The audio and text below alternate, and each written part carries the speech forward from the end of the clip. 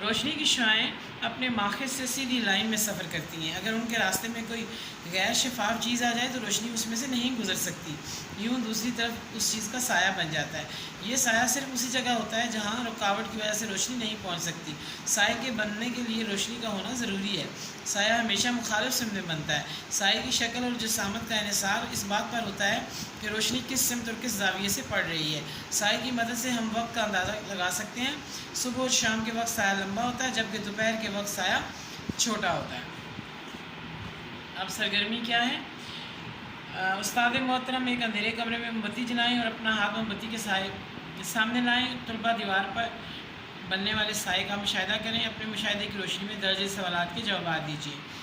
پہلا سوال کیا ہے کہ ہاتھ کو موم بتی کے قریب لانے سے سائے کی جسامت میں کیا تبدیلی رونما ہوگی؟ جسامت بڑی ہو جائے گی. جیسے جیسے آپ شعلے کے قریب ہاتھ کو لائیں گے سائز بڑا ہو جائے گا سائے کا. ہاتھ کو موم بتی سے بتدریج دور لے جانے سے سائے میں کیا تبدیلی واضح ہوگی؟ سائے کا سائز چھوٹا ہوتا جائے گا. ہاتھ موم بتی کی دوسری جانب لے جانے سے سایہ کس طرف بنتا ہے؟ سایہ ختم ہو جائے گا. ٹھیک ہے، یہ اس کے امپورٹنٹ پوائنٹس ہیں، یہ آپ کو لرن ہونے چاہیے. ٹھیک ہے، زمین اپنے محور میں مغرب سے مشرق کی طرف گردش کرتی ہے.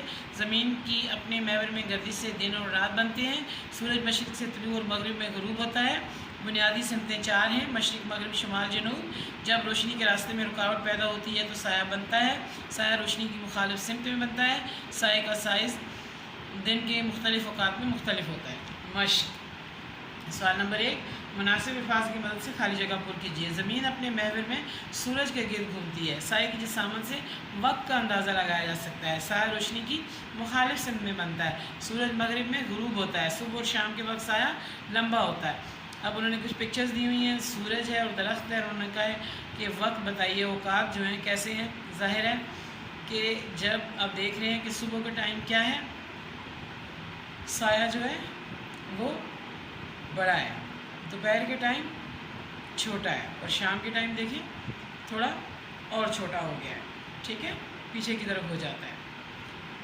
درج ذیل بیانات کو غور سے پڑھیں اور صحیح اور غلط کی نشاندہی کریں. مشرق کی مخالف سمت میں شمال ہے، غلط. سائے کی جسامت دن کے مختلف اوقات میں مختلف ہوتی ہے، درست. صبح اور شام کے وقت چیزوں کے سائے ان کی اصل جسامت سے لمبے ہو جاتے ہیں، درست. سائے کی تبدیلی سے وقت کا اندازہ لگایا جا سکتا ہے، درست. روشنی سیدھی لائن میں سفر کرتی ہے، درست. اچھا، سوال ہیں آگے. بنیادی سمتوں کے نام: مشرق، مغرب، شمال، جنوب. یہ میں نے یہیں لکھ دی ہے، جگہ تھی لکھنے کی. سایہ کس طرح بنتا ہے؟ اس کا جواب پیچھے ہے، یہ دیکھیے، یہ سائے کی بناوٹ، یہ آنسر ہے اس کا. روشنی کی شعاعیں اپنے ماخذ سے سیدھی لائن میں سفر کرتی ہیں. اگر ان کے راستے میں کوئی شفاف چیز آ جائے تو روشنی اس میں سے نہیں گزر سکتی، یوں دوسری طرف اس چیز کا سایہ بن جاتا ہے. یہ آنسر ہے اس دوسرے پارٹ کا. تھرڈ پارٹ ہے، سورج مشرق سے طلوع ہوتا کیوں دکھائی دیتا ہے؟ اس کا جواب یہ ہے، زمین سورج کے گرد اپنے محور میں مغرب سے مشرق کی جانب گردش کرتی ہے. اس گردش کی وجہ سے ہمیں سورج مشرق سے طلوع ہوتا دکھائی دیتا ہے. یہ بیچ میں 2-3 جو لفظ ہیں یہ آپ نے نہیں لکھنے، میں نے کٹنگ کر دی ہے ان کی. ٹھیک ہے، آگے دیکھیے، یہ عملی کام ہے. اپنے اسکول کا خاکہ بنا کر اسکول کے مشرق، مغرب، شمال، جنوب میں واقع اہم مقامات کی نشاندہی کریں. ٹھیک ہے، یہ ایک پریکٹیکل کام ہے تو یہ ہم کروا دیں گے.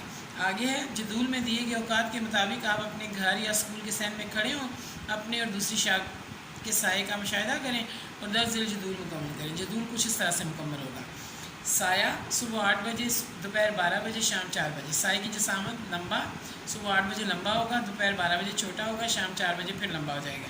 سائے کا رخ مغرب، صبح 8 بجے مغرب کی طرف ہوگا، دوپہر کے وقت درمیان میں ہوگا، اور شام کے ٹائم مشرق کی طرف ہوگا. یوں یہ آپ کا سبق نمبر 1 مکمل ہو گیا ہے. اب آپ چاہیں تو آپ اپنا سبق نمبر 1 پورا بھی یاد کر سکتے ہیں، لیکن لکھنے کے لیے آپ وہ چیز لکھیں گے کاپی پہ جو ہم آپ کو ڈائری پہ دیں گے. تو جب ٹائم ملے اپنے اس چیپٹر کو یاد کیجئے. ٹھیک ہے، کام ملتا ہے نہیں ملتا، ویڈیو آپ کے پاس ہے، آپ اسے اوپن کر کے لرننگ کر سکتے ہیں. خوب محنت کیجیے گا. اسی منتھ کے اینڈ پہ گرینڈ ٹیسٹ میں اس چیپٹر کا بھی ٹیسٹ ہوگا اور ہم اس میں سے کوئی بھی کویسچن کر سکتے ہیں. ٹھیک ہے، best of luck. Thank you so much. اللہ حافظ.